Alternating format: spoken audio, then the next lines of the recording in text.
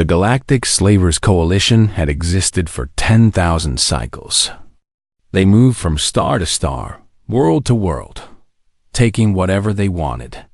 They captured living beings from primitive planets and sold them across the galaxy. Some became workers. Some became pets. Some became food. The coalition had grown rich and powerful because no one could stop them. Commander Velux stood on the bridge of his ship, the Quiet Mercy. He was a tall creature with gray skin and 4 arms. His eyes were completely black, like pools of oil. He had commanded harvest missions for 200 cycles and had never failed. Today, his scouts had found a new world.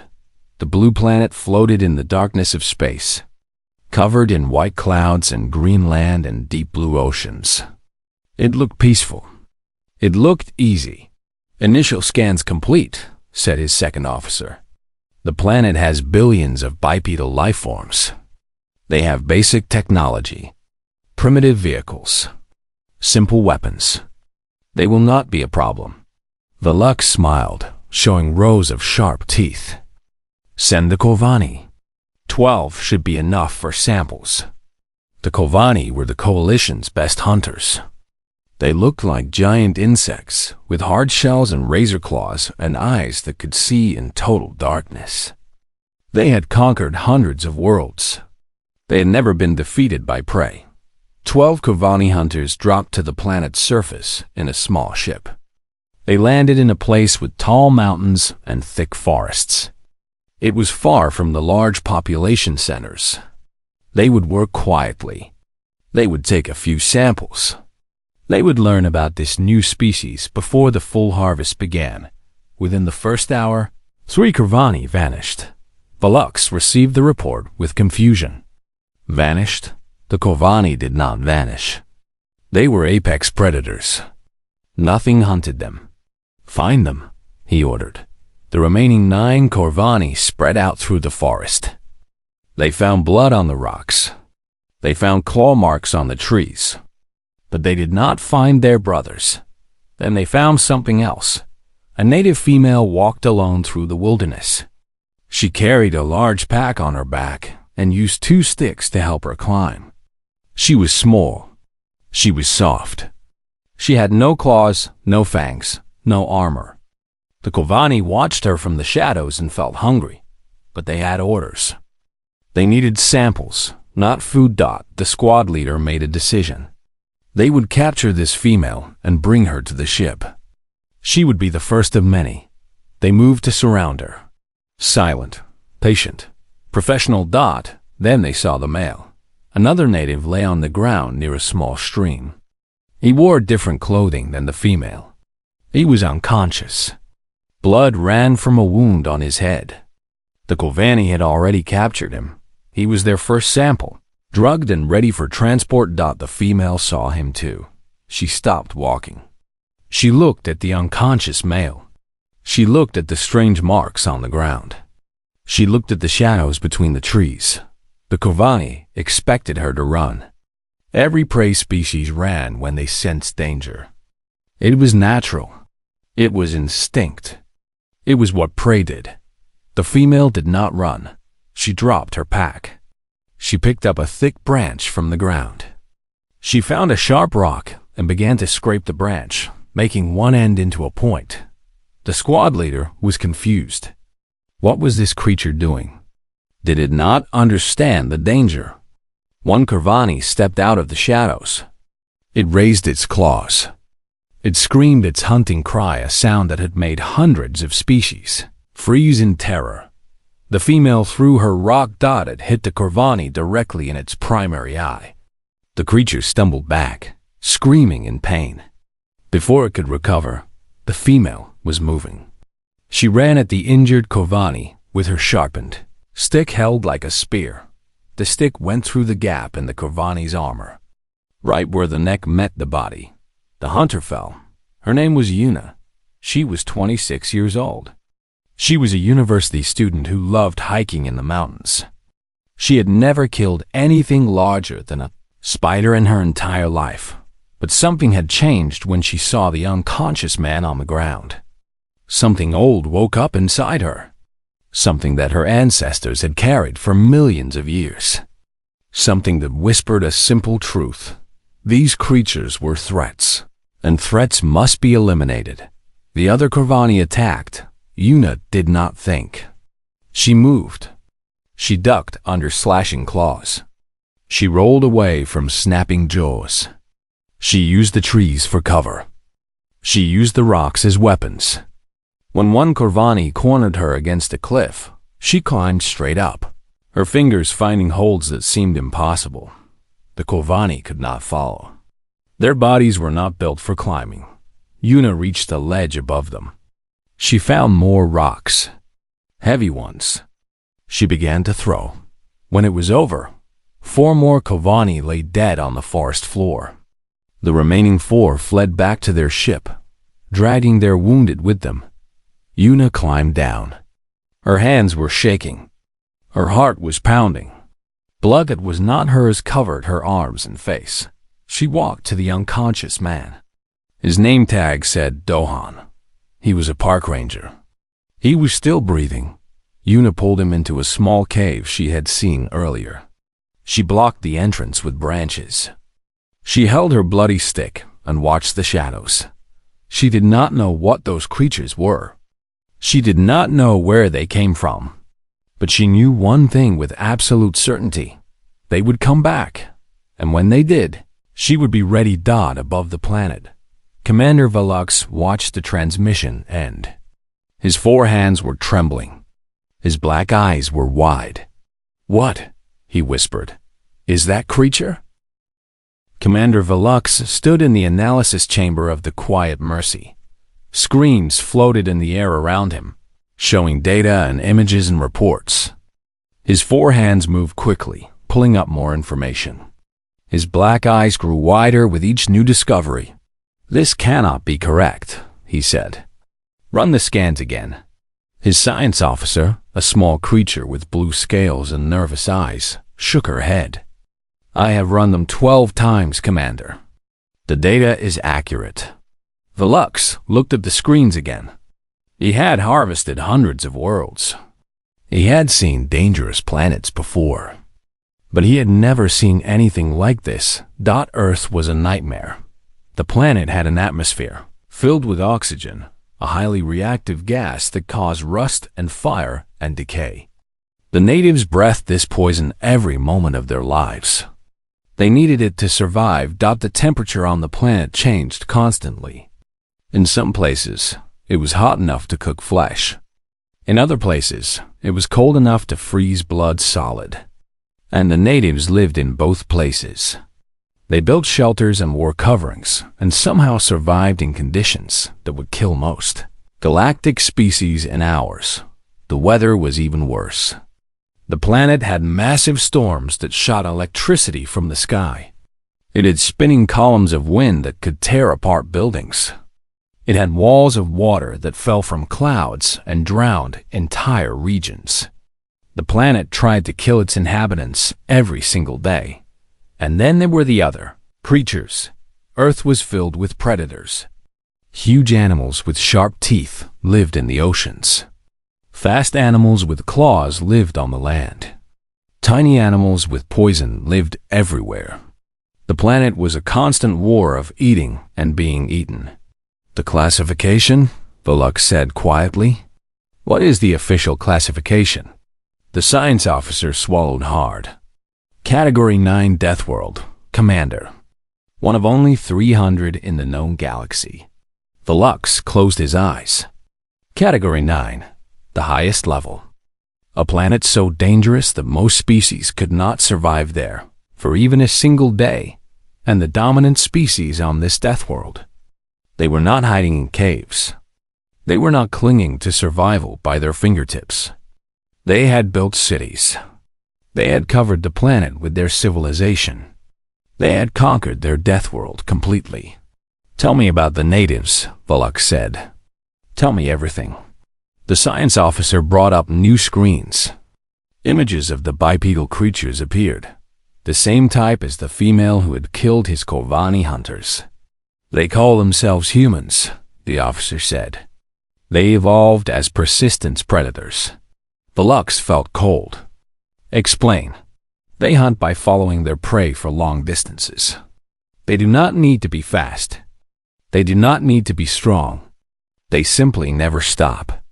They walk and walk and walk until their prey collapses from exhaustion. Then they kill it. The Lux thought about the female in the forest. She had not run. She had not hidden. She had fought. And when the Kolvani fled, she had probably wanted to chase them.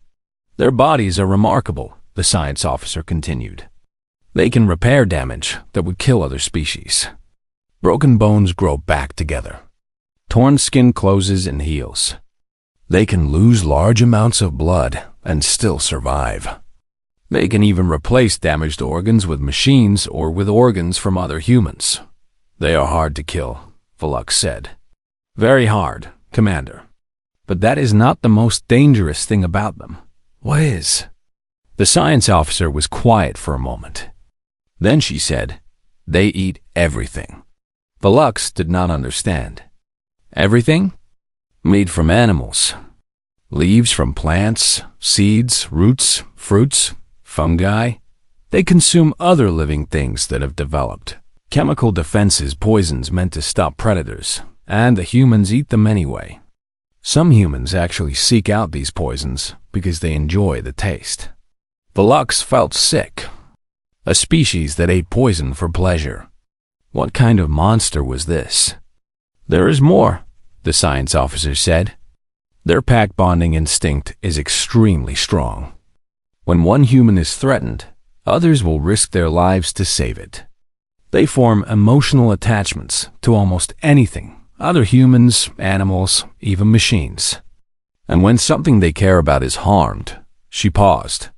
What? Velux demanded. What happens? They become very, very violent, Commander. Their history is filled with wars.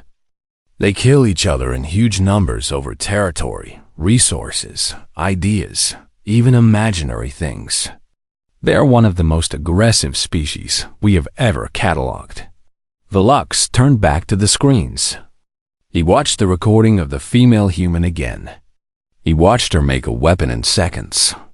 He watched her throw a rock with perfect accuracy. He watched her climb a cliff like it was nothing. He watched her kill trained Korvani hunters with sticks and stones. And she was just one human. An ordinary one, according to the scans. Not a soldier. Not a hunter. Just a young female walking alone in the mountains. If an ordinary human could do this, what could their warriors do? Velux made a decision. He would not underestimate these creatures again. He would send a full assault team. 50 soldiers. Heavy weapons. Full armor. They would capture the female and anyone else nearby. Then they would burn the entire region to hide the evidence. Prepare the assault teams, he ordered. All 50 soldiers. Full combat equipment. The science officer looked worried. Commander, perhaps we should leave this planet. Find easier prey. Velux turned on her with anger in his eyes. The Coalition does not retreat. The Coalition does not show weakness. We will take what we came for, and we will teach these humans what happens to species that resist us. He looked back at the screens, at the blue planet, at the species that had dared to fight back. Send the assault team. End this. Far below, in a small cave in the mountains, Yuna held her wooden spear and watched the entrance. Doham was still unconscious, but his breathing was steady. He would wake up soon. She did not know that 50 soldiers were coming for her, but deep down, in that ancient part of her mind, she knew the hunt was not over. It was just beginning. Taiwu had been a soldier for 8 years. He had trained in the mountains, in the jungles, in the deserts. He had learned to survive in places that would kill normal people. He had learned to fight in ways that would horrify normal people. He was one of the best special forces soldiers in his country, but nothing had prepared him. For this, he had come to the mountains to visit his sister Yuna, She loved hiking alone, which always worried him. He had arrived at her campsite to find it destroyed. Strange tracks led into the forest tracks that belonged to no animal he had ever seen. He followed them. The forest was quiet. Too quiet. No birds sang. No insects buzzed. Everything was hiding.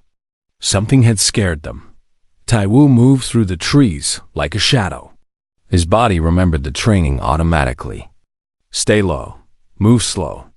Watch everything. Trust your instincts.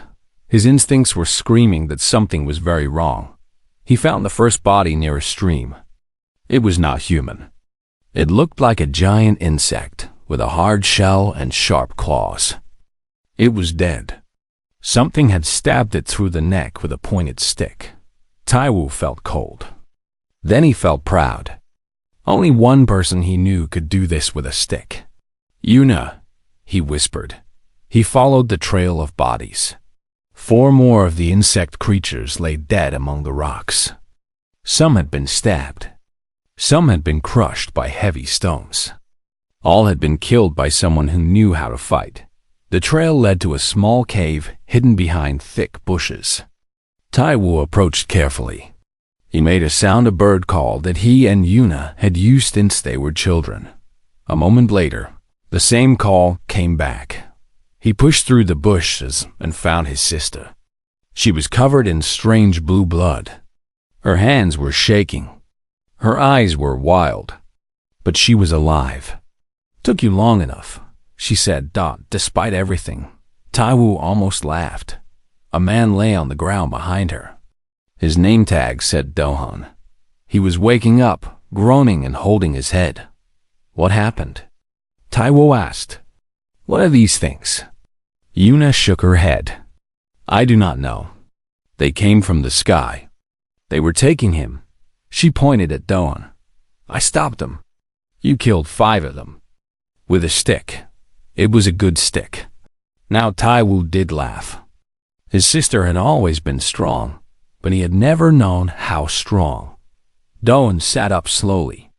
He looked at Yuna, then at Taiwu, then at the blue blood everywhere.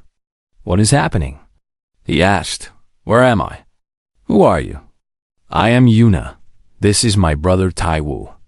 We are in a cave in the mountains, and something very strange is happening." Before anyone could say more, Taiwu held up his hand. He had heard something. A low hum in the distance. Growing louder, he moved to the cave entrance and looked at the sky. A ship was descending. Bigger than the first one. Much bigger. Lights flashed on its hull. Hatches were opening. "They are coming back," Taiwu said. "Many more this time." Yuna stood up. She picked up her spear. "Then we fight." Taiwu turned to look at her. In her eyes, he saw no fear. Only determination. Only fire. "Yes," he said. "We fight. But we fight smart." For the next 3 hours, Taiwu worked faster than he had ever worked before. He used everything he had learned in 8 years of training. He used everything he could find in the forest. He found Yuna's camping supplies and took the cooking fuel. He built simple bombs that would explode when something touched a wire. He found fallen trees and built traps. Heavy logs that would swing down and crush anything below. Pits covered with leaves that hid sharp sticks at the bottom. He found high ground and marked the best positions for ambush. He found escape routes through the rocks.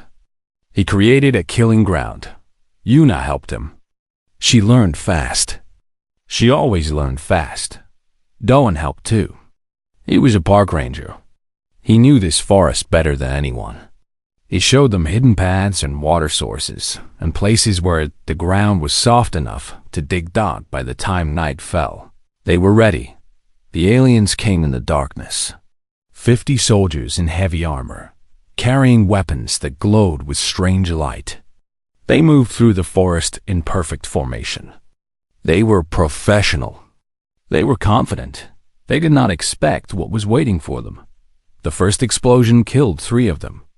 The second killed 2 more. Screaming filled the forest as aliens stumbled into pits and were impaled on stakes. And then the humans attacked. Taiwu moved like a ghost. He appeared from the shadows, killed a soldier before it could react, then vanished again. He had taken weapons from the first dead aliens. He did not understand how they worked, but he learned fast. Point and squeeze. Simple. Yuna was beside him, then behind him, then somewhere else entirely. She had learned the alien weapons even faster than he had. She moved through the forest like she had been born there, because she had been. This was her home. These aliens were invaders. Nohan used fire. He carried burning branches and set the dry brush ablaze, creating walls of flame that herded the aliens into kill zones. He was not a soldier, but he was a man protecting his home, and that made him dangerous. The aliens tried to regroup. They tried to use their superior weapons, but the forest worked against them. The darkness worked against them. The terrain worked against them. And the humans never stopped coming. By morning, it was over. Taiwu stood among the bodies of 47 alien soldiers. 3 had escaped back to their ship. His body ached. He had been shot twice by the alien weapons. The wounds burned like fire, but they were not fatal. Yuna sat on a rock, breathing hard. Blue blood covered her from head to toe. She still held her spear, her original wooden spear. She had refused to let it go. Dohan stared at the destruction around them. "What do we do now?" he asked. Taiwu looked at the sky. The large alien ship was still up there, waiting, watching. "Now," he said, "we wait for them to make the next mistake." He did not know that the aliens had already made it. He did not know that their commander had just broadcast a message to the entire planet. He did not know that everything was about to change. Commander Velux had never known fear before. He had conquered worlds. He had broken species. He had watched civilizations kneel before him. Now, standing on the bridge of the quiet mercy, he felt something cold spreading through his body. 40-7 of his best soldiers were dead. 3 survivors had crawled back to the ship with stories that sounded like madness. They spoke of shadows that killed, of fire that came from nowhere, of natives who appeared and disappeared like ghosts. They spoke of humans. Velux watched the recordings from his soldiers' armor cameras. He watched his troops die one by one. He watched a single male human kill 20 soldiers by himself. He watched a female human who had already killed 9 of his Corvani. Hunters fight with even more ferocity than before. These creatures were not prey. They were predators. True predators. The kind that the galaxy had learned to fear. Velux needed to regain control. He needed to show strength. He needed to remind these primitives who they were dealing with. He made a decision that would change everything. "Open a planetary broadcast," he ordered. "All frequencies. All channels. I want every communication device on this planet to receive my message." His officers looked at him with concern, but they obeyed. They always obeyed. Velux stood straight. He looked into the camera. He spoke in his own language, knowing the translation systems would convert his words into every human language simultaneously. "Attention, inhabitants of Earth. I am Commander Velux of the Galactic Slavers Coalition. My ship currently holds position above your planet. My weapons can destroy your cities in moments. You have attacked my soldiers and killed my hunters. This was a mistake. You will return my captured personnel immediately. You will surrender the humans who committed these crimes. You will submit to Coalition authority. If you do not comply within 10 of your planetary hours, I will begin destroying your population centers. This is not a negotiation. This is an order." He ended the transmission. He felt satisfied. These primitives would see the power of the Coalition and they would submit. They always did. He did not understand what he had just done. On the planet below, 8 billion humans watched the message at the same time, in cities and villages. In homes and offices, in cars and trains and airplanes, every screen showed the same thing. An alien creature. A threat. A declaration of war. For a long moment, the planet was silent. Then the silence ended. In military bases around the world, alarms began to sound. Officers shouted orders. Soldiers grabbed weapons. Vehicles roared to life. In less than 1 hour, 12 nations had identified the location of the ground battle and were sending forces to respond. In government buildings, leaders made phone calls. Old enemies spoke to each other for the first time in decades. Disagreements that had lasted centuries were pushed aside. Something bigger had arrived. Something that threatened everyone equally. In laboratories, scientists scrambled to analyze the alien transmission. Where had it come from? What kind of ship was in orbit? What technology were they facing? Questions flew back and forth, but one answer was already clear. Humanity was not alone in the universe, and their new neighbors were hostile. In ordinary homes, ordinary people watched the message and felt something ancient stir inside them. Fear, yes, but also anger, also defiance, also the stubborn human refusal to surrender, to submit, to accept defeat. The aliens wanted humanity to kneel. Humanity chose to stand. In the mountains, Taiwu heard helicopters approaching. He prepared for another fight, but these were different. These were his people. His military. The first helicopter landed in a clearing, and soldiers poured out. They stopped when they saw the alien bodies. They stared at Taiwu, Yuna, and Dawn standing among the carnage. A colonel approached them. His face was serious. "You three, you did this?" Taiwu nodded. "They attacked first. We defended ourselves." The colonel looked at the alien bodies again. Then he looked at Yuna, still holding her wooden spear. Then he looked at Dohan, the park ranger who had helped kill alien soldiers. "The entire world saw the alien transmission," the colonel said. "Everyone knows what is happening.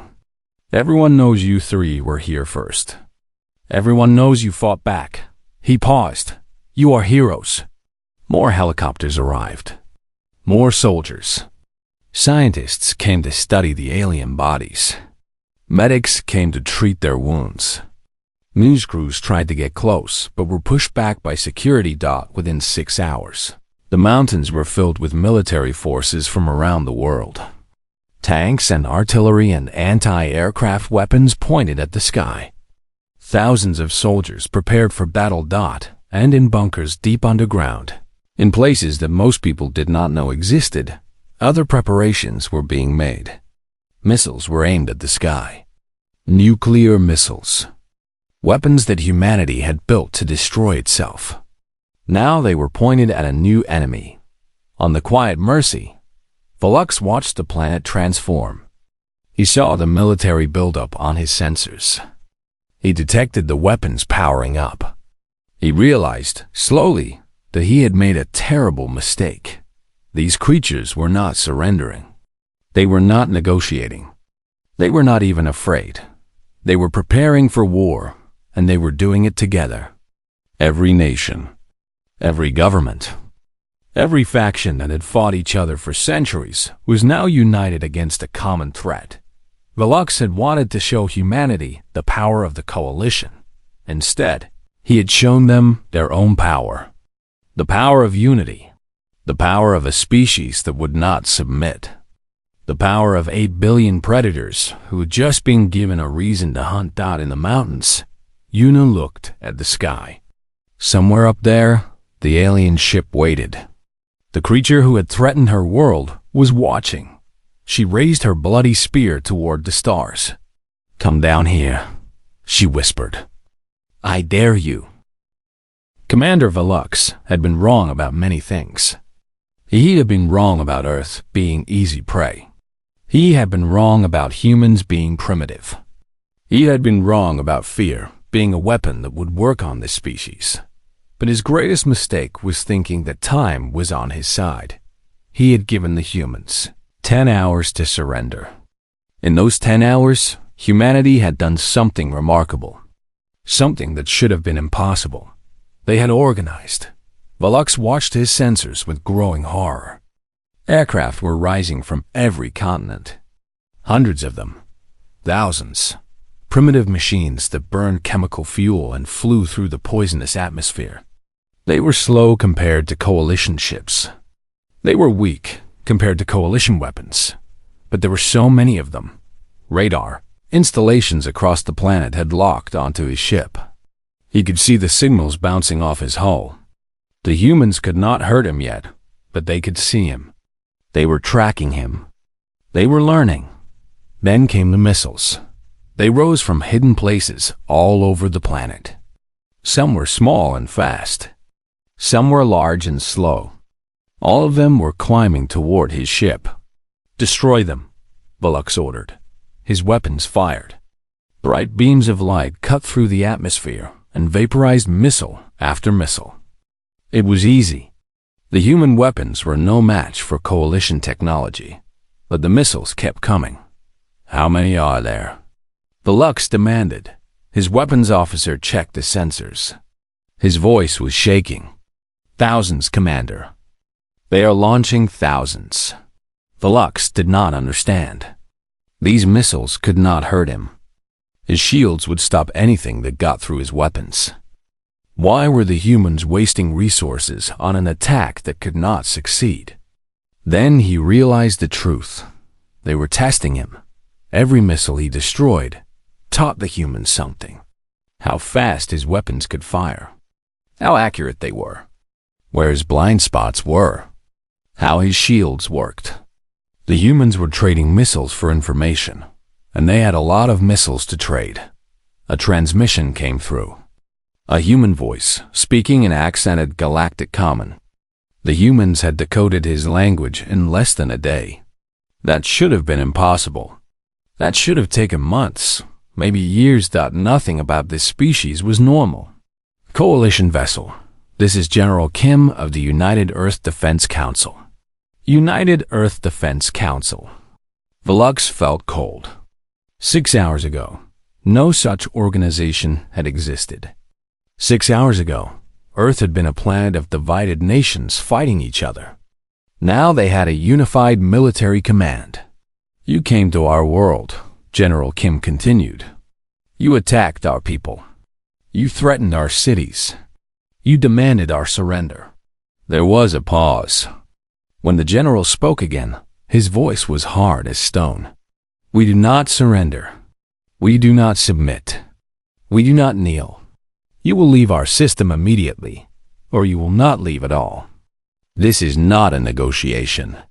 This is your only warning." The transmission ended. Velux stared at the empty screen. No species had ever spoken to the coalition like that. No species had ever dared. His science officer approached nervously. "Commander, I am detecting unusual energy signatures from multiple locations on the planet's surface." "What kind of energy signatures?" The officer checked her instruments. Then she went very pale. "Nuclear fission, Commander. High-yield warheads. They are arming their planetary defense weapons." Velux felt something he had never felt before. True fear. Not the small fear of a difficult mission. Not the fear of failure. This was the fear of death. The humans had built weapons capable of destroying themselves.